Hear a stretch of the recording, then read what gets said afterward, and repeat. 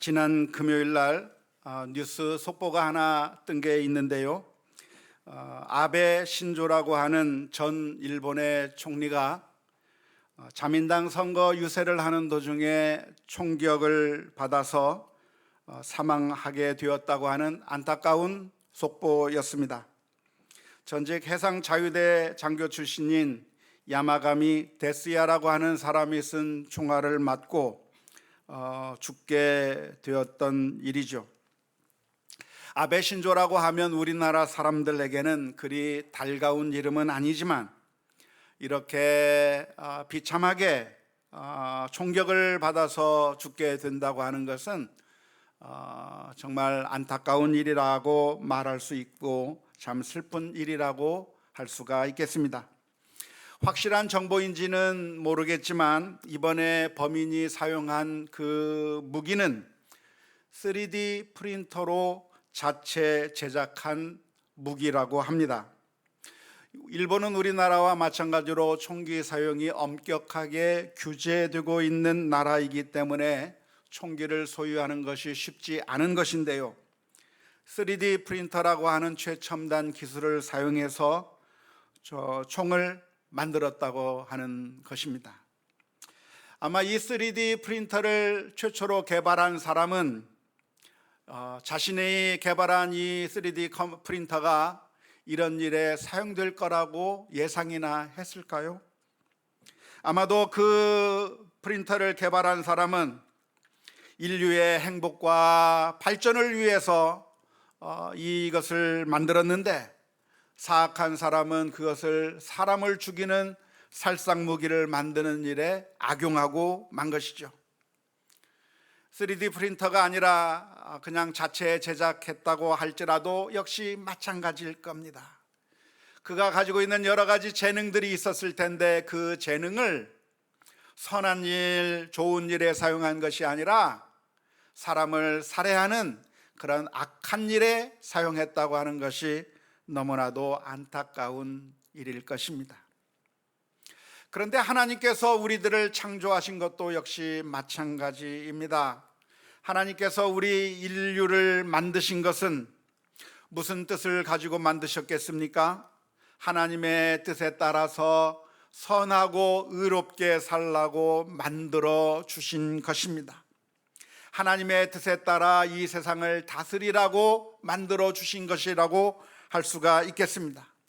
하지만 인간은 타락했기 때문에 선한 일을 하기보다는 악한 일을 하게 되어 있는데요. 그래서 만일 우리들의 몸이 선한 일이 아니라 악한 일에 사용된다고 하면 그것처럼 안타까운 일이 없을 것입니다.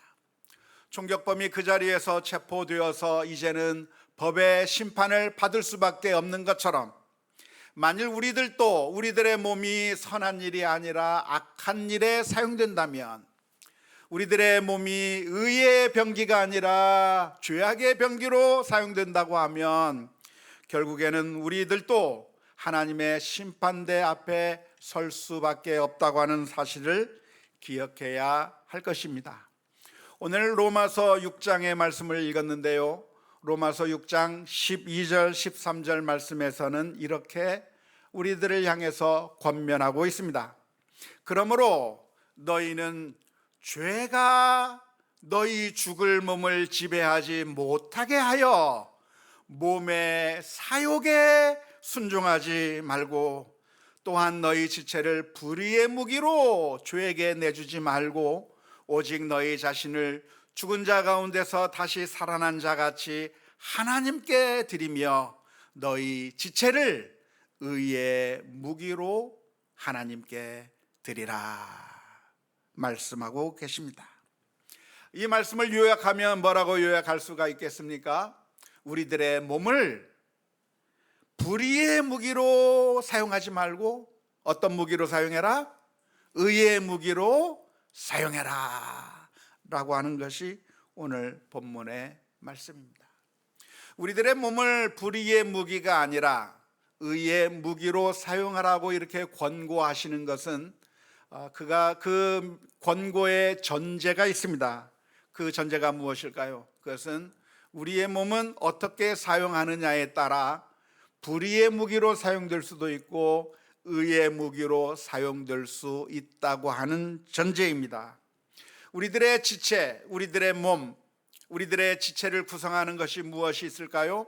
손과 발과 눈과 귀와 코와 입과 우리들의 몸을 구성하고 있는 모든 요소들이 지체라고 할 수 있을 것인데, 이 모든 것들이 불의를 이루는 데 사용될 수도 있고, 똑같은 지체지만 의를 이루는 데 사용될 수 있다고 하는 것을 전제하면서 두 가지 방법으로 다 사용될 수가 있겠는데, 기왕이면 무엇을 위해서 써라? 의를 위해서 써라. 선한 일을 위해서 써라. 하나님을 위해서 쓰라고 권고해 주고 있는 줄로 믿습니다. 불의의 무기로 주에게 내주지 말라. 나쁜 용도로 사용하지 말라라고 말씀하고 있는데요, 그렇다고 한다면 우리 몸을 나쁜 용도로 사용한다고 하는 것은 무엇을 가리키는 것일까요? 어떻게 하면 나쁜 용도로 사용하는 겁니까? 어떻게 하면 불의의 무기로 내어주는 것이 되는 것일까요? 6장 12절 말씀에 보면 이렇게 표현하고 있습니다. 그러므로 너희는 죄가 너희 죽을 몸을 지배하지 못하게 하여 무엇에 순종하지 말고 몸의 사욕에 순종하지 말라, 그렇게 가르쳐주고 있습니다.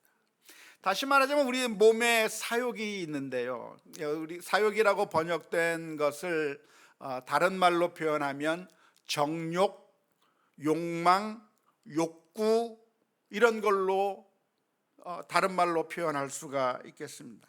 다시 말하자면 우리의 몸을 욕망에 따라 살지 말라, 우리의 욕구에 따라 살지 말라. 욕망에 내주어서, 갈망에 내주어서, 우리가 정욕에 우리들의 몸을 내주어서 그렇게 정욕이 이끄는 대로, 우리들의 욕구가 이끄는 대로 살아가서는 안 된다. 그렇게 하게 된다고 하면 우리가 불의의 무기로 사용하는 것이 되는 것이라고 가르쳐주고 있는 것입니다. 자, 여기서 우리가 한번 질문을 던져야 합니다. 우리가 욕망을 따라 산다, 욕구를 따라 산다고 하는 것은 무엇을 의미하는 것일까요? 내게 있는 그런 욕구가 있고 그런 욕구를 충족시키기 위해서 사는 것은 악하다고 하는 뜻일까요? 내게 있는 그런 욕구를 충족시키기 위해서 노력하는 것은 아주 불의한 것이라고 오늘 성경은 말하고 있는 것일까요? 많은 사람들이 그렇다고 생각을 합니다. 특별히 종교들, 불교를 비롯한 이 세상에 존재하는 많은 종교들에서 가르치고 있는 바가 무엇이냐면 욕구 자체가 나쁘다는 겁니다. 우리 인간에게는 욕구라고 하는 것이 있는데 그 욕구, 욕망, 욕심, 나의 정욕, 나의 갈망, 이런 것들이 있는데 그러한 욕망에 따라 우리가 살게 되면 결국 고통스러울 수밖에 없다. 내가 어떤 욕구가 있어서 그 욕구를 채우기 위해서 산다고 한다면 결국 고통스러울 수밖에 없고, 욕구를 따라 사는 것은 나쁜 것이기 때문에 그런 종교들에서는 무슨 이야기를 하냐면 욕구 자체를 없애버려야 한다고 말을 합니다. 욕구를 없애버려라, 욕심 자체를 지워버려라. 내 마음 가운데 어떤 갈망이나 욕심이나 욕구, 이런 것들을 다 내어버려야 되는 것이고, 욕심 없이 살아가는 것이 가장 고상한 것이다. 우리들의 마음 가운데 아무런 욕심 없는 삶, 아무것도 바라지 않는 삶, 아무것도 갈망하지 않고 그냥 초연하게 살아가는 것이 가장 고상한 것이라고 이 세상의 모든 종교들은 이야기하고 있습니다. 특히 불교에서 그렇게 이야기를 하는 것이죠. 그래서 아무런 욕심이 없이 살아가기 위해서 무엇을 선택합니까? 산속으로 들어가는 것이죠. 가족들과 함께 살면 자꾸만 욕심이 생기니까, 갈망이 생기니까 그러니까 그런 욕심이, 나의 욕구가 나를 힘들게 하기 때문에 그런 욕구를 내어버리기 위해서 가족을 내버리고 산속에 들어가 버리는 겁니다.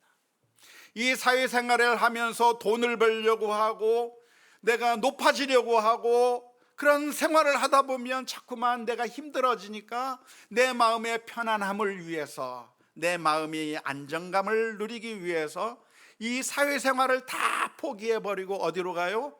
산속에 들어가는 것이죠.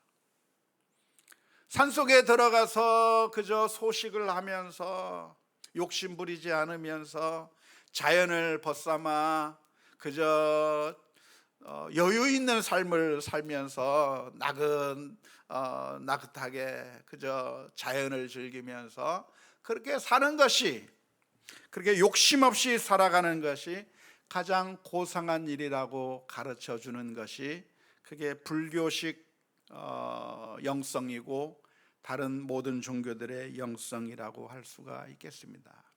그래서 우리 일반인들이 그렇게 불교식 영성을 추구하는 사람들을 보면 고개가 숙여져요.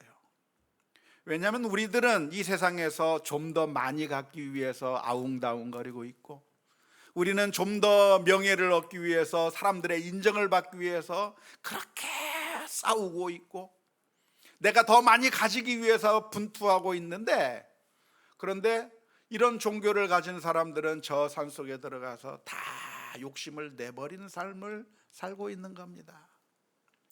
까짓것 명예 다 내버리고 청사는 날 보고 말없이 살라고 하네.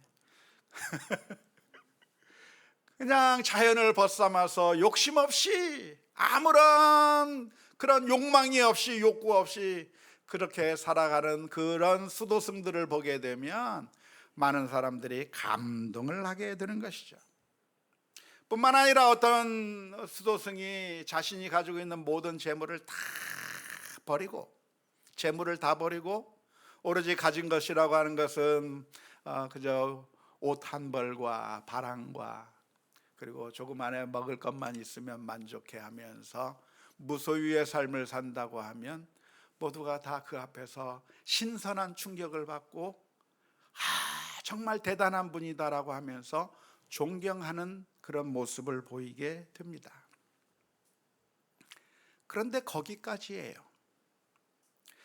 정말 저분은 대단한 분이구나, 저분은 위대한 스승님이시구나, 저분은 정말 대단한 분인데 하면서 거기까지 얘기하고 그 정도 감동을 받았으면 어떻게 해야 돼요?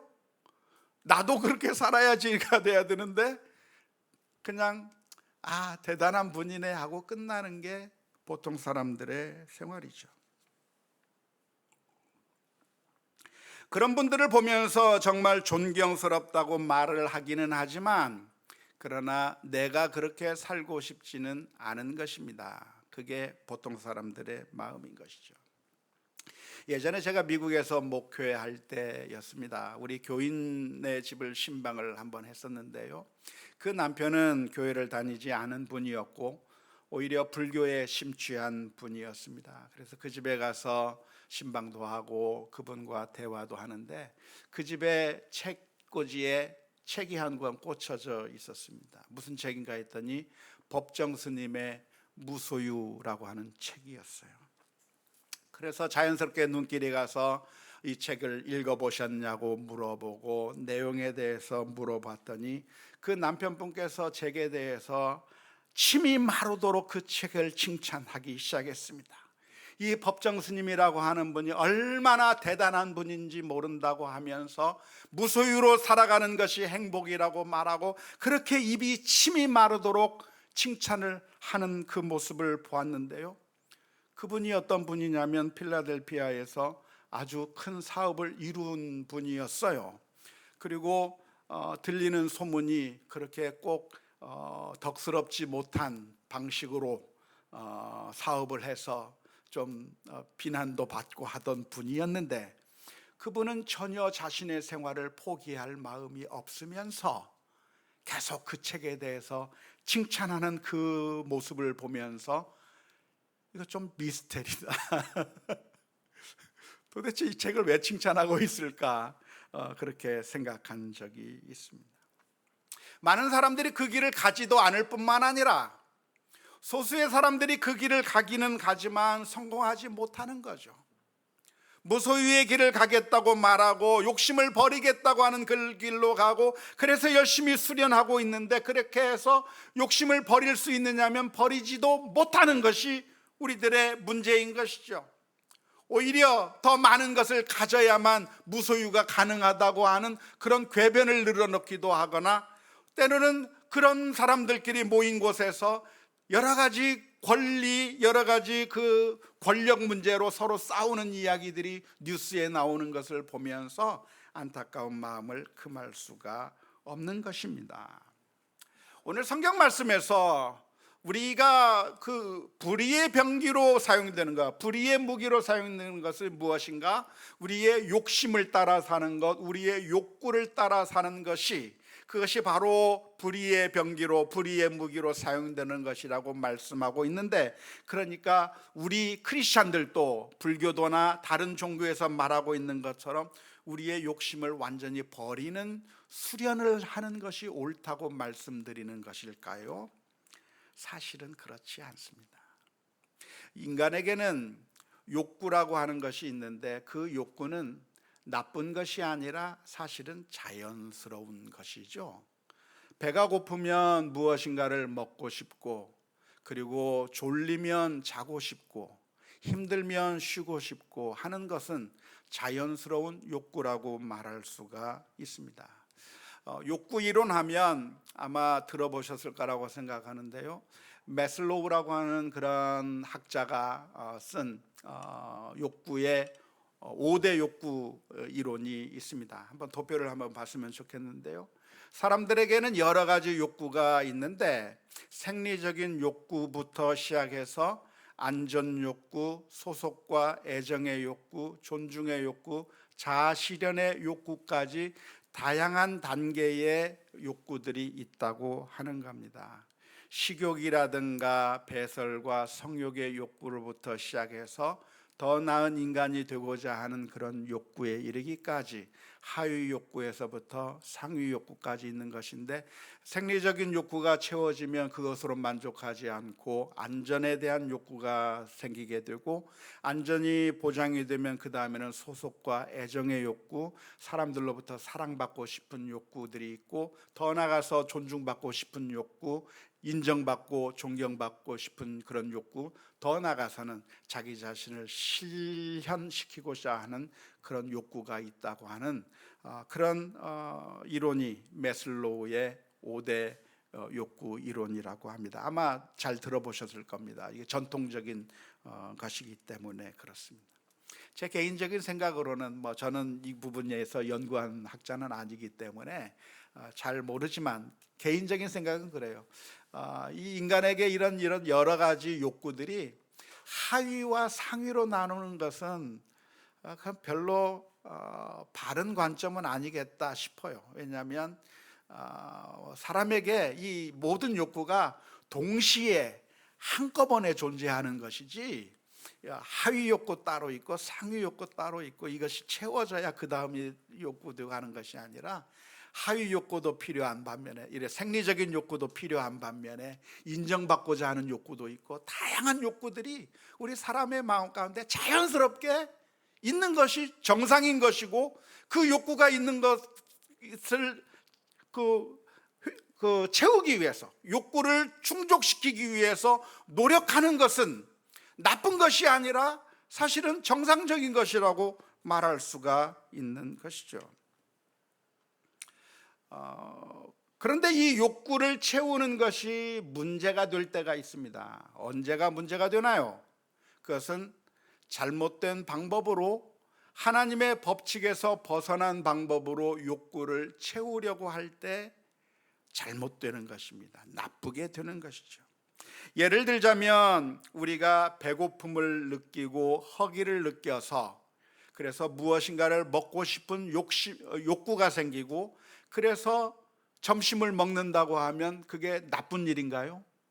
아니요. 그건 자연스러운 일일 겁니다. 하지만 그 허기진 그것 때문에 무엇인가를 먹고 싶은 욕구가 잘못되는 때는 언제입니까? 그것은 잘못된 방법으로 그 욕구를 충족시키려고 할 때인 것이죠. 예를 들자면 너무 많이 먹으려고 하거나 내 것이 아닌 다른 사람의 것을 먹으려고 하거나 부당하게 탈취하려고 하거나 내가 먹기 위해서 다른 사람들로 하여금 못 먹게 만드는 그런 잘못된 일을 한다고 하면 그 욕구를 잘못 발산시키는 것이 되는 것이죠. 성욕도 마찬가지예요. 하나님께서 정하신 가정의 테두리 안에서 남편과 아내가 서로 사랑하는 것은 정상적인 것이고 자연스러운 것이고 복된 일입니다. 수치스러운 것이 아니라 옳은 일이죠. 성경은 절대 금욕을 가르쳐주고 있지 않습니다. 독신으로 살아야 하거나 평생 수절을 하면서 사는 것이 그것이 바람직한 것이라고 성경은 절대로 가르쳐주지 않습니다. 오히려 하나님께서는 사람이 독처하는 것이 좋지 못하다고 말씀해 주신 것이죠.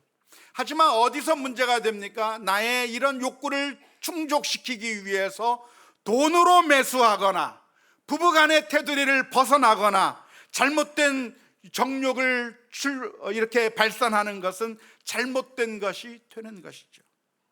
명예와 인정과 자아 실현의 욕구도 마찬가지입니다. 우리의 그 자아를 실현하기 위해서, 우리의 만족함을 위해서, 인정받기 위해서 땀을 흘리며 노력하고, 그래서 많은 것을 거두고 업적을 이루고, 그래서 사람들로부터 박수를 받는 것은 자연스러운 것이고 정상스러운 것이지 나쁜 일이라고 말할 수가 없는 것입니다. 그런데 어디서 잘못되는 것입니까? 정상적인 방법이 아니라 다른 사람들을 착취하면서 갑질하면서, 그래서 부당한 방법으로 내가 더 많은 것을 성취하고 그래서 인정받으려고 노력한다고 하면 그것은 불의의 병기로 사용된 것이라고 할 수가 있겠습니다. 그래서 오늘 성경 말씀은 우리 자신을 그런 잘못된 방식의 욕구를 위해서 따라 살지 말고 어떻게 살라? 의의 무기로 우리 자신을 드리라고 권면하고 있는 것입니다. 의의 무기로 하나님께 드리라고 하는 말씀은 무슨 말씀입니까? 그것은 우리가 하나님의 뜻에 순종하며 살으라고 하는 것이죠. 선한 일을 하라고 하는 것입니다. 하나님께서 기뻐하시는 일을 하라고 하는 것입니다. 하나님께서 기뻐하시는 일은 어떻게 할 수 있을까요? 주님의 말씀대로 순종하는 것입니다. 내가 어떤 일을 하기 전에 우리 자신에게 물어봐야 되는 것이죠. 과연 이 일을 하나님께서 기뻐하실까? 예수님이라고 한다면 이 순간에 어떻게 하실까?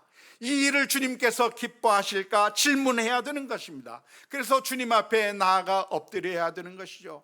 영적인 그 훈련이 있다고 한다면 그것은 항상 하나님의 뜻을 묻는 것입니다. 다윗은 전쟁을 하러 가기 전에 먼저 하나님 앞에 엎드렸습니다. 하나님, 전쟁하러 가야 됩니까? 하지 말아야 됩니까? 자신이 지금 전쟁을 해야만 될 것 같은 상황 가운데서도 다윗은 먼저 하나님의 뜻을 물었어요. 그리고 하나님께서 가라 하면 갔고 가지 말라고 하면 수답하고 말았던 겁니다.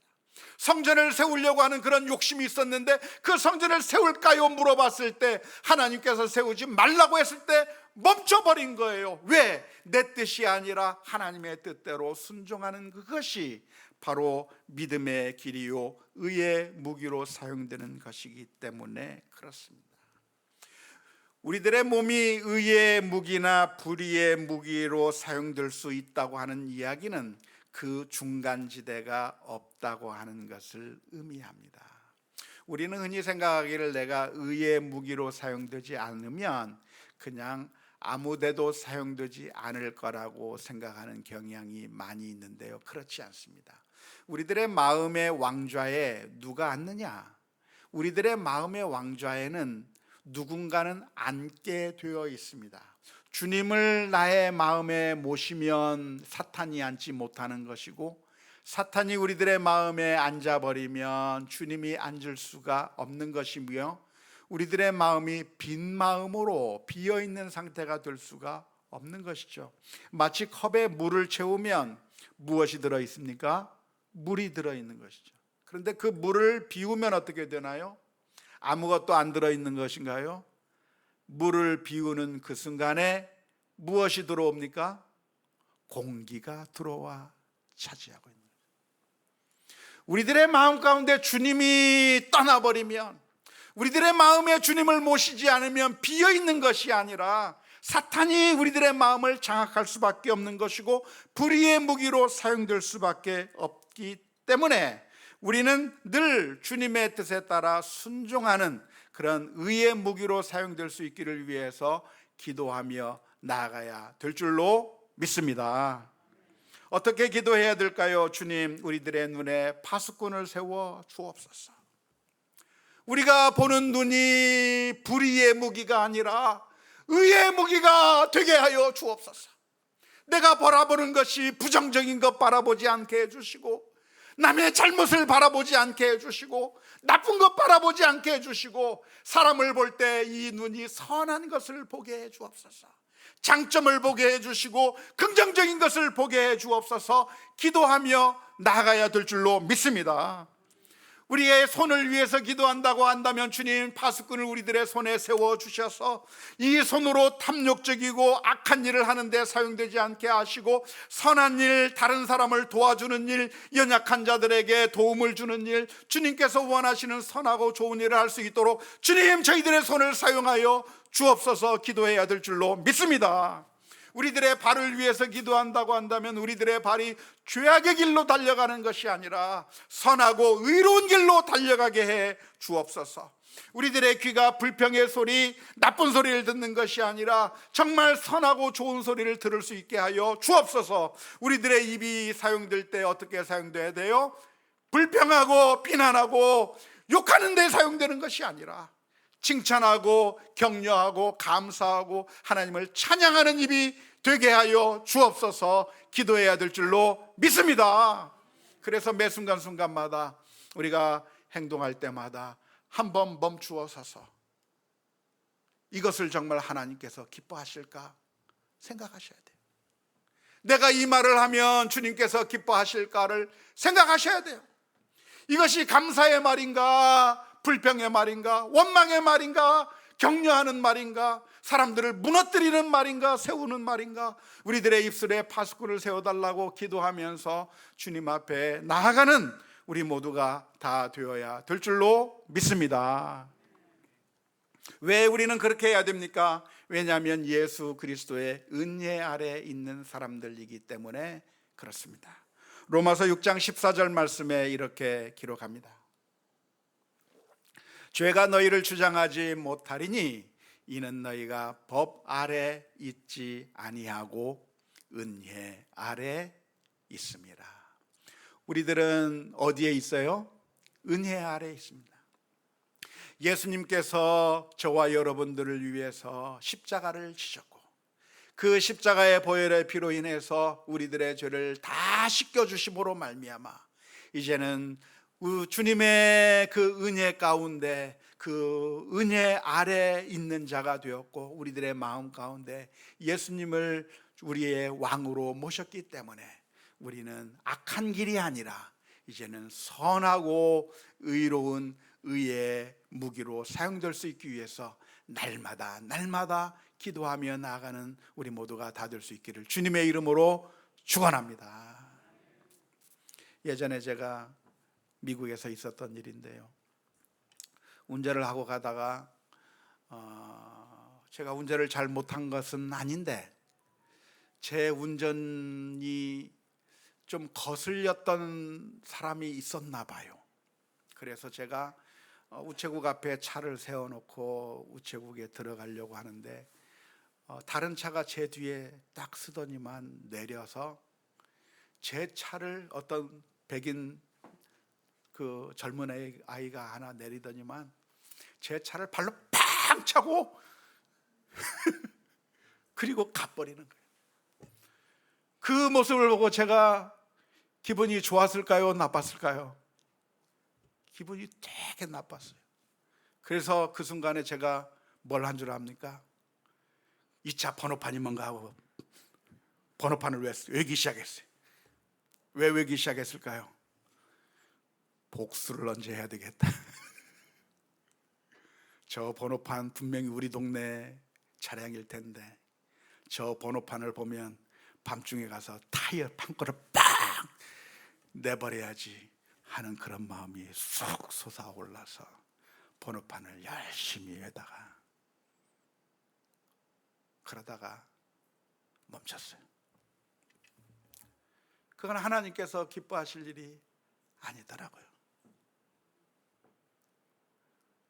내 원수를 사랑하라고 말씀하셨고, 누군가 너의 오른편뺨을 때리면 왼편뺨을 갖다 대라 하셨고, 아니 우리가 하나님을 향해서 원수가 되었을 때 주님께서 우리를 심판해 버리신 것이 아니라 우리를 구원하시기 위해서 하나밖에 없는 그 아들을 우리 위에 내어주신 그 하나님의 사랑 때문에 우리가 구원을 받았다고 한다면, 이제는 불의의 병기로 우리의 몸이 사용되는 것이 아니라 악한 방법으로 우리들의 머리가 사용되고 손이 사용되고 발이 사용되는 것이 아니라 이제는 주님께서 우리의 마음에 역사하시는 대로, 주님께서 들려주시는 대로 순종하며 나아가는 우리 모두가 다 되어야 될 줄로 믿습니다.